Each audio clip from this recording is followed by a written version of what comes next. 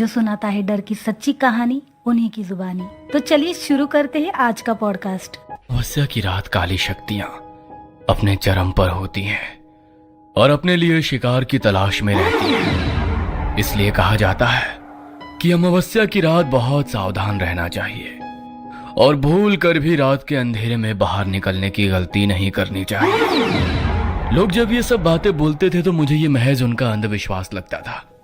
मुझे भूत प्रेत और उनसे जुड़ी कहानियों पर कभी विश्वास नहीं होता था। लेकिन मेरी जिंदगी की उस एक अमावस्या की रात ने मेरी सोच को हमेशा के लिए बदल कर रख दिया। बात तब की है जब मैं 17 साल का था। गर्मियों के दिन थे। हम सब नानी के घर पर सीतामढ़ी रुकने गए हुए थे, जो बिहार में बसा हुआ एक छोटा सा गांव है। मैं, माँ और हमारे साथ मेरा छोटा भाई नितिन और छोटी बहन नीति भी थी। शाम के समय हम सब मिलकर घर के आंगन में खेल रहे थे। तभी मामी अपने हाथ में एक पूजा की थाली लेकर आई। उन्होंने घर की चौखट के बाहर जाकर दीवार और दरवाजे पर हल्दी के कुछ टीके लगाए और अपने हाथ पर हल्दी लगाकर दीवार पर उसकी छाप लगा दी। मुझे कुछ समझ नहीं आया तो मैंने मामी से पूछा, अरे मामी, ये आप क्या कर रही हो? घर के बाहर ये हल्दी के टीके क्यों लगा रही हो? तभी नानी अपनी लाठी के सहारे चलती हुई आंगन में आई। बेटा, आज रात अमावस की रात है। गांव में आज की रात काली शक्तियां भटकती रहती हैं, इसीलिए घर की सुरक्षा के लिए सब गांव वाले अपने घर के बाहर ये हल्दी के टीके लगाते हैं ताकि किसी भी काली शक्ति का साया घर पर ना पड़े। क्या नानी, आप भी? दुनिया कहां से कहां पहुंच गई है और आप अभी भी इन मनगढ़ंत बातों पर विश्वास करते हो? शहरों में तो कोई ऐसा कुछ नहीं करता, लेकिन फिर भी वहाँ ऐसा कुछ नहीं होता। लेकिन ये गांव है बेटा, यहाँ पर ये सब चीजें बहुत आम है। चलो अब तुम अंदर जाओ और सुबह होने तक अब कोई भी घर के बाहर नहीं निकलेगा। मुझे उस समय उन सब की बातें मंदगढ़ंत लग रही थी, लेकिन मैं बड़े लोगों से बहस भी क्या करता, इसलिए चुपचाप अंदर कमरे में चला गया। मामा जी भी उस दिन सूरज ढलते ही घर आ गए। गली के बच्चे जहाँ रात तक गली में खेलते रहते थे, आज शाम के 7 बजे ही वो गली भी एकदम सुनसान हो गई। गांव के लोग भी ना कितने डरपोक होते हैं। अमावस्या की रात की फालतू अफवाहों से सब अपने घरों में छिपकर बैठ गए। नहीं समीर भैया, ये सब अफवाहें नहीं है। गांव के बहुत से लोगों ने अमावस की रात को चुड़ैल, प्रेतों और डायनों को गांव में भटकते हुए देखा है।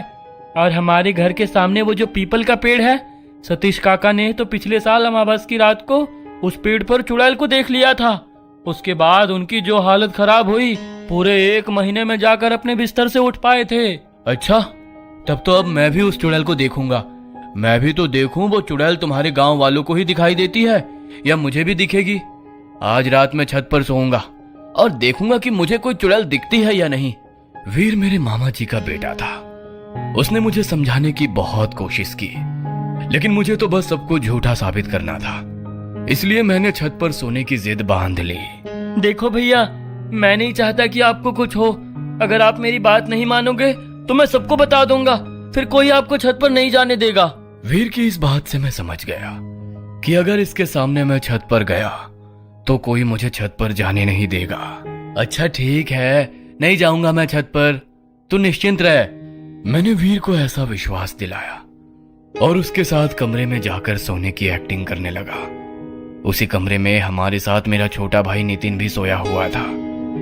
थोड़ी देर बाद वो दोनों बातें करते करते गहरी नींद में सो गए। मैंने अपना फोन लिया और चुपके से दबे पांव सीढ़ियों से होता हुआ एक चटाई लेकर छत पर चला गया। मैंने छत पर चटाई बिछाई और उस पर लेट गया। मेरा चेहरा गली की तरफ था। छत पर जो 4 दीवारें बनी हुई थी, उसमें बहुत सारे खाने बने हुए थे, जैसे अक्सर पहले के घरों में बने होते थे, जिससे बाहर का नजारा बिल्कुल साफ दिखाई देता था। रात अमावस्या की थी तो चांद की कोई रोशनी नहीं थी, लेकिन घर के सामने जो पीपल का पेड़ था, उसके नीचे बहुत सारे दिए जले हुए थे, जिन्हें गली मोहल्ले के लोगों ने ही जलाया था। मैं बहुत देर तक एकटक उसी पीपल के पेड़ की तरफ देखता रहा, लेकिन मुझे कुछ भी दिखाई नहीं दिया। तो मैं बोर होकर अपने फोन में गेम खेलने लगा। मुझे छत पर आए लगभग 1 घंटा बीत गया था। रात के लगभग 1:30 बज गए थे। मुझे हल्की हल्की ठंड लगनी शुरू हुई तो मैंने सोचा कि नीचे चला जाता हूं। मैं चटाई से उठने ही वाला था कि तभी मुझे लगा कि मेरे पीछे से अभी अभी कोई चल कर गया है। मुझे लगा कि शायद नीचे किसी को मेरे छत पर होने का पता चल गया है और शायद मामा जी मुझे बुलाने के लिए छत पर आए हैं। मैं पीछे मुड़ा, लेकिन देखा कि छत पर तो कोई है ही नहीं। तभी मुझे फिर से लगा कि इस बार फिर से कोई तेजी से चलता हुआ मेरे पीछे से गुजर रहा है। मैं जैसे ही पीछे मुड़ा तो मुझे लगा कि अभी यहां पर कोई था जो अचानक से कहीं गायब हो गया। मैं हक्का बक्का डर गया। मेरे दिल की धड़कन भी तेज हो गई थी। एक बार तो मैंने सोचा कि मैं नीचे चला जाऊं। मेरी वहां से हिलने की भी हिम्मत नहीं हो रही थी, लेकिन फिर भी मैं हिम्मत करते हुए उठने के लिए मुड़ा। तभी मेरी नजर सामने की सीढ़ियों पर पड़ी। अंधेरे में कुछ साफ दिखाई तो नहीं दिया, लेकिन मैं जानता हूं कि वहां पर कोई खड़ा था। वो कोई परिवार वाला नहीं था। अपने चेहरे पर हाथ रखकर वो अपनी हंसी दबाने की कोशिश कर रहा था, लेकिन उसकी हंसी की एक भयानक आवाज धीमी धीमी मेरे कानों में पड़ रही थी। उसे देखकर मेरे रोंगटे खड़े हो गए। मैं इस हद तक डर चुका था कि मुझे ऐसा लग रहा था जैसे मेरी मौत आज मेरे सामने खड़ी है। मैंने डर के मारे अपनी आंखें बंद कर ली और धीरे धीरे मेरे कानों में पड़ रही वो हंसी की आवाज भी शांत हो गई।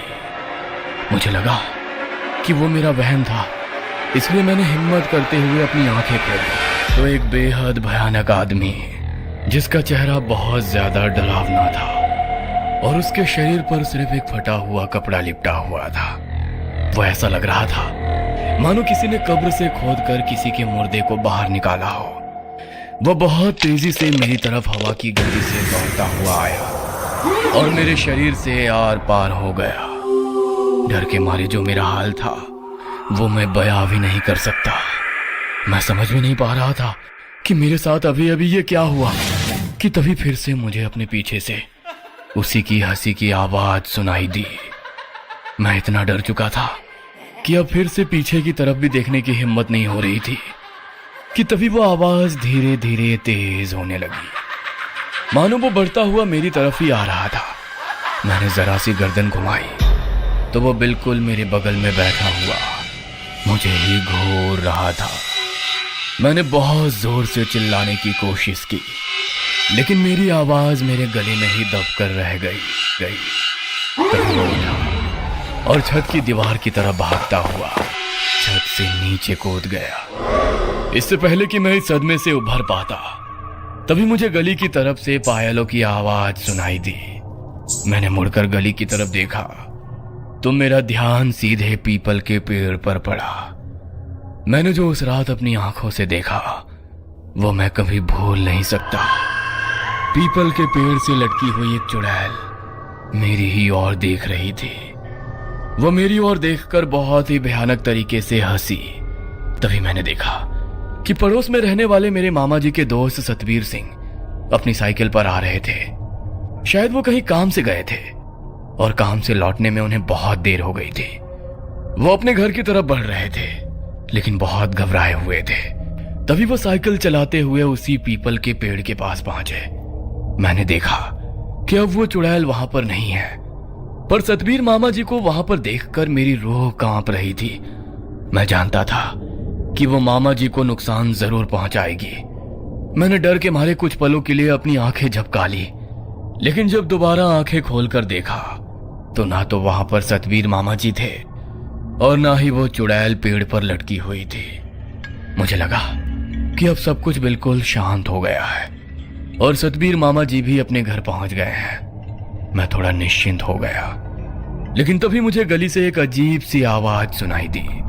मैंने चार दीवारी के उन खानों से पीछे गली की तरफ देखा तो वही चुड़ैल अपने हाथ में किसी के मांस का टुकड़ा लिए खाती हुई भाग रही थी। उस मांस के टुकड़े से खून गिरकर नीचे फैल रहा था। उसने मुझे भयानक तरीके से हंसते हुए देखा और मानो तेजी से दौड़ती हुई हमारे घर की तरफ आने लगी। मैं इससे ज्यादा बर्दाश्त नहीं कर सकता था, इसलिए डर के मारे मैं वहीं बेहोश हो गया। तभी थोड़ी देर बाद मेरे कानों में किसी की आवाज पड़ी। वो आवाज मेरी छोटी बहन नीति की थी। उसकी आवाज सुनकर मेरी आंख खुल गई। मैंने समय देखा तो 3 बज रहे थे। मैंने गली की तरफ देखा तो वो चुड़ैल अभी भी पेड़ पर उल्टी लटकी हुई मेरी तरफ देख रही थी। नीति ने मेरी तरफ देखते हुए मुझसे कहा, आप पूरी रात छत पर ही सो रहे थे क्या भैया? मुझे तो छत से बहुत अजीब अजीब आवाजें आ रही थी। मैं डरकर आपके कमरे में गई तो देखा आप वहाँ नहीं हो। मुझे लगा कि शायद आप छत पर होगे तो मैं ऊपर आ गई। अगर किसी को पता चल गया कि आप छत पर हो तो आपको बहुत डांट पड़ेगी। जल्दी से नीचे चलो। अब मुझे खुद से ज्यादा नीति की चिंता हो रही थी। मैं अपने लिए तो नीचे जाने की हिम्मत नहीं जुटा पा रहा था, लेकिन नीति को देखकर मेरे अंदर हिम्मत आ गई। मैंने उसका हाथ पकड़ा और उसे लेकर सीधा नीचे चला गया। नीचे जाकर देखा तो नानी जी अपने कमरे में भगवान के सामने जोत जलाकर पाठ कर रही थी। इसी बीच मेरा ध्यान गया कि नीति वहां नहीं है। मैंने नीति को ढूंढा लेकिन वो मुझे नहीं मिली। मैं बहुत बुरी तरह डर गया। मैं नीति को देखने के लिए जब अंदर कमरे में गया तो वो तो माँ के साथ गहरी नींद में सो रही थी। तो जो मुझे ऊपर बुलाने आई वो कौन थी? इससे पहले कि मैं कुछ और सोच समझ पाता, नानी माँ आई और मेरे माथे पर तिलक लगा दिया और बड़े ही चिंता भरे भाव से उन्होंने कहा, आज कुछ तो अनहोनी हुई है, वरना इतनी रात गए मेरा मन इतना बेचैन नहीं होता। ये समय पूजा पाठ करने का नहीं है। कोई हम पर वार करना चाहता है। किसी बुरी शक्ति का आभास हो रहा था मुझे, इसीलिए देवी माँ की आरती की। लेकिन तू इस समय यहाँ पर क्या कर रहा है? जाकर अपने कमरे में सो जा।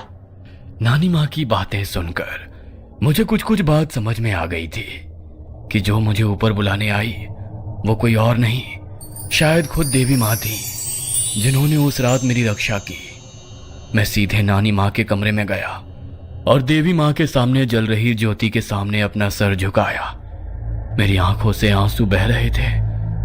आज शायद मेरी जिंदगी की आखिरी रात थी, लेकिन भगवान ने मुझे बचा लिया। मैं बहुत डरा हुआ था। मैं सीधे अपने कमरे में गया और अपने छोटे भाई नितिन से लिपट कर सो गया। अगले दिन सुबह जब मेरी आंख खुली तो पड़ोस से लोगों के रोने की आवाज आ रही थी। तब मुझे पता चला कि कल रात सतबीर मामा जी चल बसे और उनका पार्थिव शरीर उसी पीपल के पेड़ से लटका हुआ मिला। यह सुनकर मेरे रोंगटे खड़े हो गए और मुझे पूरा यकीन हो गया कि कल रात मैंने जो देखा वो कोई मेरा भ्रम नहीं था। उस रात के बाद मुझे यकीन हो गया कि भूत प्रेत सच में होते हैं और इन शक्तियों पर संदेह करने की गलती हमें कभी भी नहीं करनी चाहिए।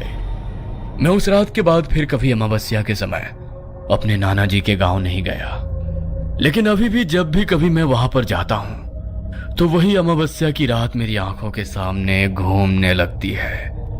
आज भी गांव में अमावस्या की रात को काली शक्तियां भटकती हैं और जो उनकी चपेट में आ जाता है वो उन्हें हमेशा के लिए अपने साथ ही लेकर चली जा